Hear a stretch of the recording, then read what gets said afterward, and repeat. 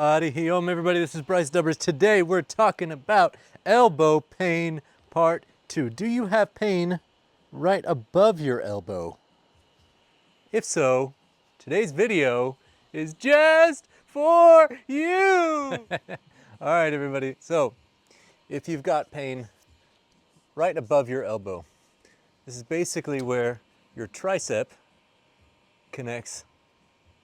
And now, sometimes, like in the last video, if your forearm, if your flexors are also too tight, they can also come up here and attach into the upper arm. And it can also mimic the same sensation right here. And so it's just a matter of deduction in finding out, is it coming from the lower arm? Is it coming from the upper arm? Anytime there's pain in a joint, it's usually because the muscle fibers either above the joint or below the joint have become too strong too fast, and they're pulling on that joint. A lot of people just go straight to the joint and they think there's something wrong with the joint, and maybe there is. But more often than not, that joint pain starts because something either above the joint or below the joint is pulling on that joint, and that's creating pain in the joint. Usually the pain starts off in the tendons, which is where the muscle fibers turns into an attachment to a joint. That's just what tendon is. And it's the same strip of meat, but it's a different color. It's white because it doesn't get any blood flow, and it has a very small amount of elasticity, which is why it starts to hurt very quickly. Whenever that muscle becomes too strong too fast, the muscle loses the elasticity, but we keep doing stuff, and so it has to come from somewhere. So it ends up coming from the tendon, where it connects to the joint, and it shows up as joint pain. This is majority of people's joint pain. Unless it comes from a blunt trauma, it usually comes from repetitive use, and this is how it gets set up. This is how it gets created. Muscles get too strong, they start pulling on the tendons, which connect to joints, and it mimics, creates joint pain sensation. So, tune into the last video if you feel like the pain is coming up and it's more like right about here. If your pain is more back through here, it's more likely coming from the tricep. Now, there are two basic ingredients for getting out of pain. If you've been watching my videos, you're probably like, come on, I knew this was coming. Because it's the same, anywhere there's pain, there's two ingredients. Number one, relax where you're too strong. Most likely the tricep. Number two, strengthen where there's weakness. Most likely, it's the bicep. Now, first way to start digging into and massaging the tricep is with your other hand. Now, your other hand is going to get tired, and it might start to get wonky and painful. Tune in to the wrist pain videos if that happens. Start digging into your palms with tiny little bouncy balls, get into the wrists, start stretching and prying the hands open to counteract all the gripping. To dig into that tricep and start being an investigator, looking, searching, investigating, digging for buried treasure where those knots are, I would start about an inch above the joint, and I squeeze and pull down. And I go as hard as I possibly can. And I just start looking around. Now, the higher I go up into the tricep, it's pretty flabby, and that's pretty common for most yoga practitioners. But as I get lower down, that's where it gets more dense, more thick, and more ropey. So that's where I want to spend my time. Why is it more dense and ropey towards the elbow? Well, because of all the push-ups, all the chaturangas, all the vinyasas, all the moving from chaturanga to upward dog, all the handstands, all the bakasanas, it's all straightening the arm. The thing that's going to tighten you up and strengthen the upper triceps are reaching backward movements. But I never do that because I don't make coffee like this. Or ravioli or whatever. So that's why the upper tricep tends to be weak. And the lower tricep tends to be dense. So this is the first place to start exploring the opposite hand. Just digging around. And you know, I could do this for just ages and ages and ages. Eventually my right hand is going to get tired. So then the next place to explore is with a lacrosse ball. Lacrosse ball is pretty big. It might even be too big for the dimensions of your tricep. So what might be more appropriate is a tiny little bitty bouncy ball, or something in between, which I've shown you before. I can show you again.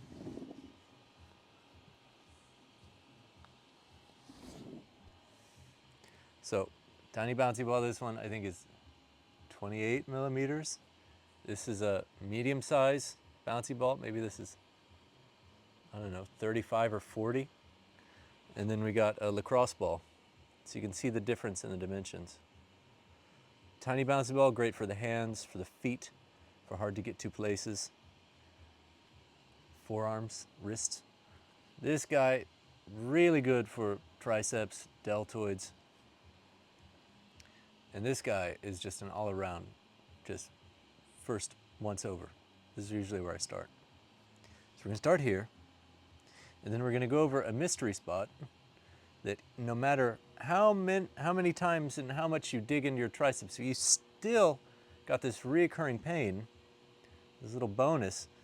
It took me years to find this one spot, but oh my gosh, the moment I found this one spot, you're gonna have to stick around till later on in the video, till I tell you the little secret sauce. So I found that spot, and there's buried treasure all over the place, huge knots. And once I dug into those, all that tricep tendon pain totally disappeared because it's the same fascial line. So stick around. I'm gonna give you all my secrets just right off the bat. Make you watch that video. All right, so take a lacrosse ball.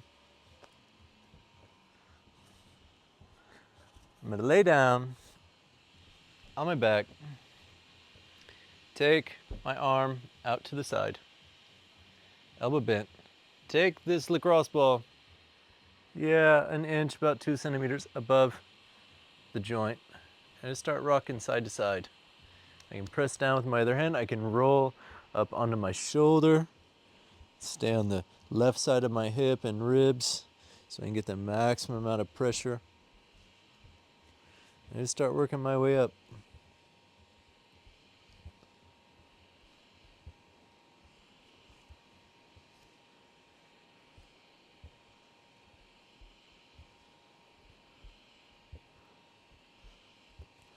And granted, you'll probably need to spend a lot more time doing this than what I'm demonstrating. I'm just showing you the movements. I rotate, swipe, go over the whole contour, and then I move up about 1/4 of an inch, about 1/2 a centimeter. I just keep working my way up. About there, it's flabby, so go back down towards the dense spots. Now, after a good once over with the crossball, ready for something deeper. So I take the next biggest, next smallest, and I repeat the same process.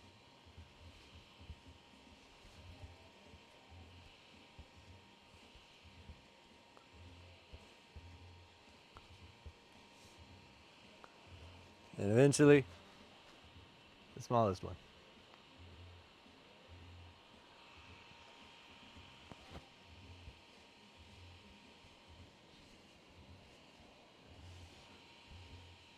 Now with the small one, I can really dig into this kind of inner tricep. And I internally rotate the arm, take the other hand, and I smash down, and I swipe side to side over that tricep string. Ooh la la, that's nice. And I gently work my way up. And for me, that's the one that tends to be the tightest. At least right now. Sometimes it's the outermost, so then I would take the arm out.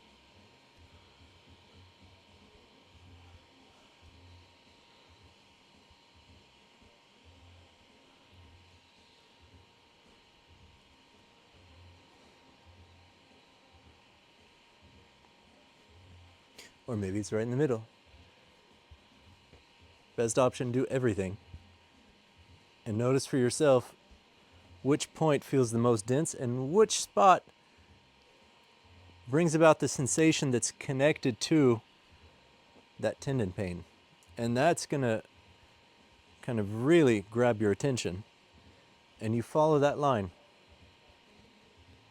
And that will show you exactly which spot needs the most attention. Now, from here, I know what you're thinking. All right, can you show me the secret spot? Well, I'm getting there. Okay, here we go. The super secret spot that's very much connected to this above the elbow pain is the teres major, teres minor, right here on the outside of the shoulder blade. Now you take that lacrosse ball, you're going to lay on your side, and you start digging in onto the outside of the shoulder blade and see if that brings you relief, if nothing else we've done so far brings you any relief. Okay, give it a shot. Try. So I lay down, set the ball on the floor, use the arm as support for the neck, take the ball right on the outside of that shoulder blade, use the top hand as leverage to distribute the weight so it's not too much. And I start rocking forward and back and also up and down.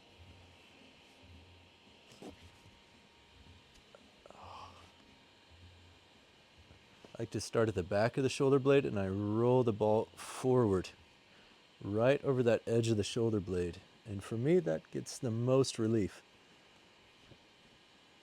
These teres, they get real strong from pulling my shoulders out of my ears so that my neck can stay nice and open. If you've got neck pain, well, stay tuned. There's a video coming up on what to do about neck pain.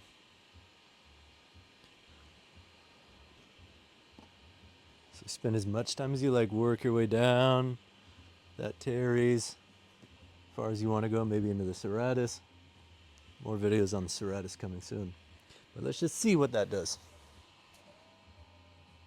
Fantastic. I highly suggest you start with massaging the tight, dense, strong muscle first before you start strengthening the antagonist, the area of weakness. Because if you just do strengthening for the area of weakness first, what is inclined to happen is that, for example, if your tricep tendon is very painful and inflamed, torn, micro-torn, what's going to happen if you don't loosen up the belly of the tricep first is that you'll start strengthening that bicep. But when the bicep contracts, the tricep lengthens. But if the belly of that tricep is very dense still, what ends up lengthening is the tricep tendon, which is already hurt, which is already inflamed, which is already torn. Not going to be helpful if you just jump straight into strengthening the antagonist. I highly recommend you maybe even need to spend some time, maybe some days, maybe some weeks, maybe some months, really digging in to that area of extreme density before you can actually start to strengthen the antagonist muscle without any pain. So if you start getting pain in the joint when you are doing any antagonist strengthening, that is a huge red flag that it's time to back off and focus more on massage. Give it a shot. But only way to find out is to just try. But you gotta really listen to your body, because if it's painful, then you just know, okay, it's time for more massage. No big deal. No need to punish yourself emotionally for finding where a line is, for finding where a boundary is. Okay? So, the most gentle way to strengthen bicep is you start with therapy band. There's many different ways to do this. I'm just going to show you a very simple way since I'm sitting right here. I wrap this loop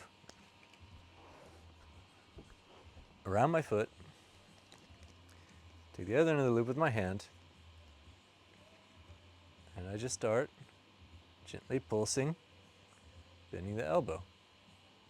Now, if there's any pain or any agitation, you will know it immediately. You'll feel it. So you just listen.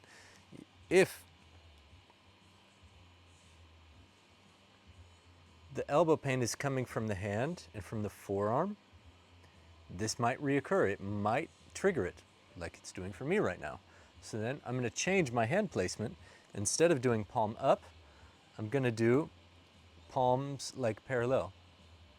And already that's way better, because I was also utilizing my wrist flexor to do it with the palm up. It just agitates it. So nope, not going to do that. I could also do palm down.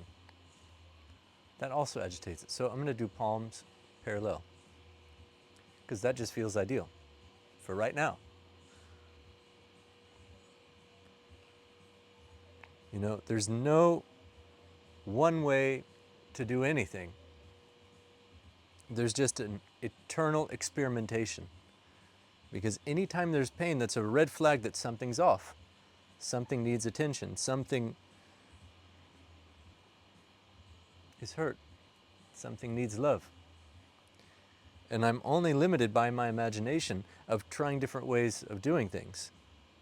But guaranteed, there is one particular way for that particular moment that's going to be painless. And so that's where I go. That's where I build my strength.